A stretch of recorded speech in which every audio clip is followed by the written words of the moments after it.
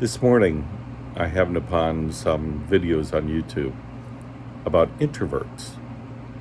And yes, I am a dyed-in-the-wool, card-carrying introvert. I'm further along the scale towards being an introvert because, you know, all sorts of personalities and other things about being human, it's a sliding scale, right? It's like, let's say your political views. On one side, you have a ultra conservative, and the other side of the scale, you have ultra liberal, progressive. And then there's all those degrees in between those two. And that's pretty much the way it is for most personalities. So these videos, most of them have 5 or 10 signs that you're an introvert. And they tend to blanket all people, all introverts, with these traits. And, there's some traits that they don't mention because we're not all a blanket of just 5 or 10 traits. Like myself, yes, introverted. Many introverts are quite observant in the traits and personalities of other people. Now, if you've ever taken the Myers-Briggs test, you'll know what I'm talking about. So there are a couple different types of introverts. I happen to be of a type that, yes, I'm very observant of other people, and the majority of the time, and you should think about this when you're talking to other introverts, we know when you're holding back. We know when you're telling us something that isn't quite true. And we might even know that what you're saying is just a bold-faced lie. And we may wonder why you're doing that, right? That's just one of the traits that I have that is kind of like a little mini superpower, right? Now, I don't know if that comes from the introvert side of my personality or the ADHD side, because for the most part, ADHD gives you certain qualities. Some of them can be annoying, but many of them are actually a positive. So one of the positives, and what could be another mini superpower, is, let's say you go into a meeting and there's some sort of problem to solve, and people are going back and forth about how to solve a problem. Well, because you have ADHD, your mind is zipping along at, Autobahn speed, and you've come to the conclusion, you figured it out, and you have a solution. But you have to sit there and wait for everyone else to catch up. Yes, sometimes it can be frustrating because in your mind, you're like, okay, done deal, let's move on, next issue.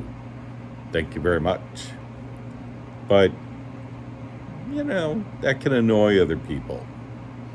So, you give others in the meeting time to come to that conclusion.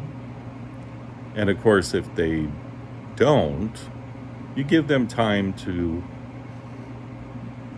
I guess, make it appear that you also have thought about this for a long time. But then you offer the solution.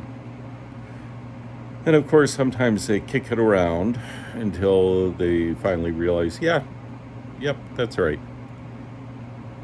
Now, I'm not saying that people like me are right 100% of the time, because that's silly for someone to think that. That's a whole nother personality type, right? But that's just the way my mind works. And there's others like me uh, that do that. Now, of course, some of the other bad things about ADHD, being impulsive, you know, that's not always a good thing.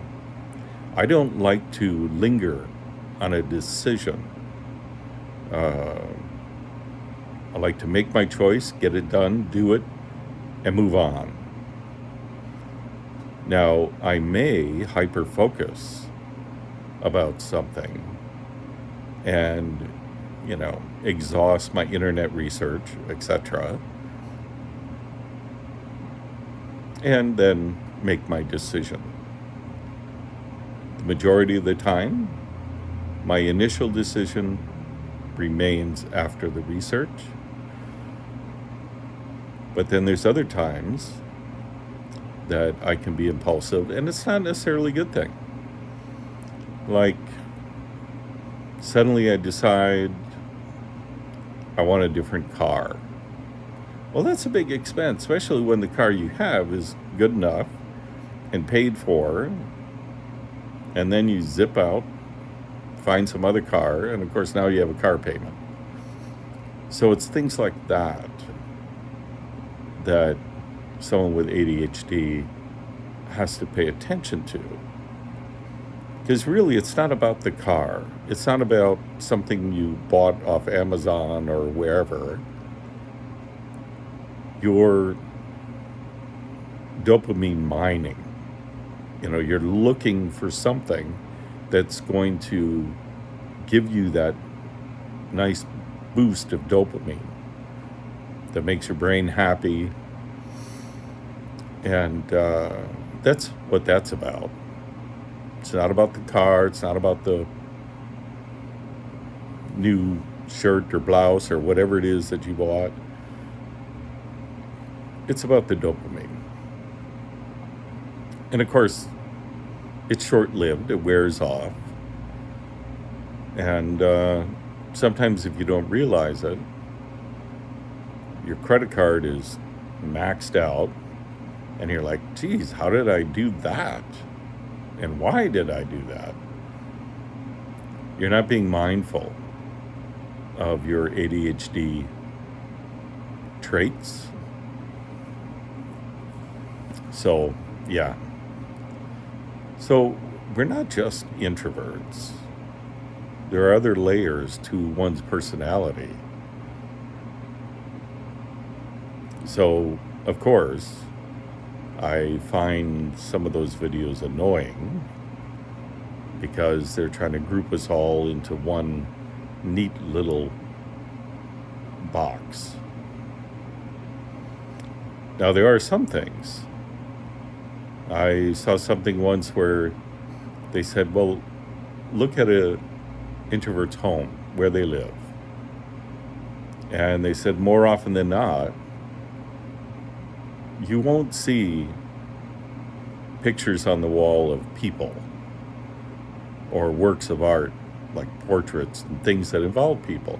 It's going to be more landscapes, abstracts, things like that. And I thought, really? And then I went around and looked at what's hanging on our walls, and sure enough, there's one thing that has people in it, but really even that's more abstract. And of course there's some family photos hanging in a hallway, but they're not up front and center. Pretty much everything else are inanimate objects, landscapes, that sort of thing. no people. They say introverts hate group projects. You betcha. I think the majority of introverts hate group projects. That one I might even say all, but I'll play it safe and say most. Because let's face it, in a group project, like in college, university, at your job, there's basically a couple of people that do all the work, and there's always that one that contributes nothing, absolutely nothing, and expects credit as part of the team. Well, that annoys me, so I call them out. Quite often they say introverts avoid conflict at all costs. That's not me. If you're being rude to me, I'm going to be rude right back. And I'm going to tell you. If you're being annoying, I'm going to tell you. Especially if you're doing it or trying to do it on purpose to mess with me, yeah, I'm coming back at you. So again, it's not all 100% across the board, these traits. Now, I do have to give credit to spouses or partners of introverts, because introverts are not the easiest people to live with, especially people like me, introverted and ADHD. Yikes. But if you have a partner who's an extrovert, it's really important to have communication, because you're going to be spending a lot of time by yourself, and they may wonder, well, why don't they want to spend time with me? And it's not really about that. Even when an introvert loves you, they're still going to spend a lot of time on their own, because that's where they get their energy from, and frankly, that's where they're happiest. Now, on the flip side, if an introvert loves you, they will let you into their personal space. They will. It may not seem like a lot when they do it here and there, but to them, it is a lot.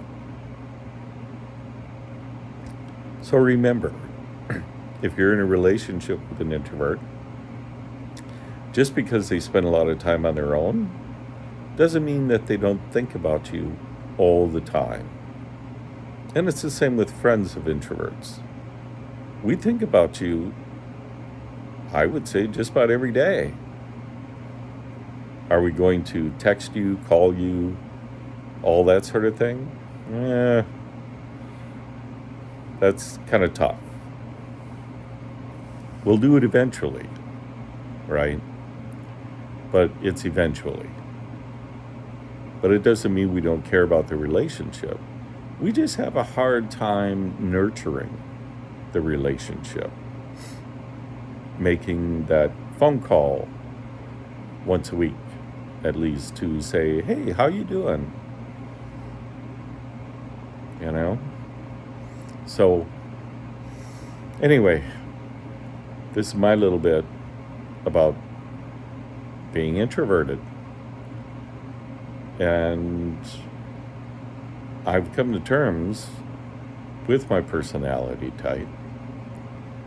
So much so that I enjoy who I am. I'm comfortable with who I am. Right? Anyway, that's it for now. If you have a comment, please go ahead and comment. And I know everyone says this, but like it, subscribe.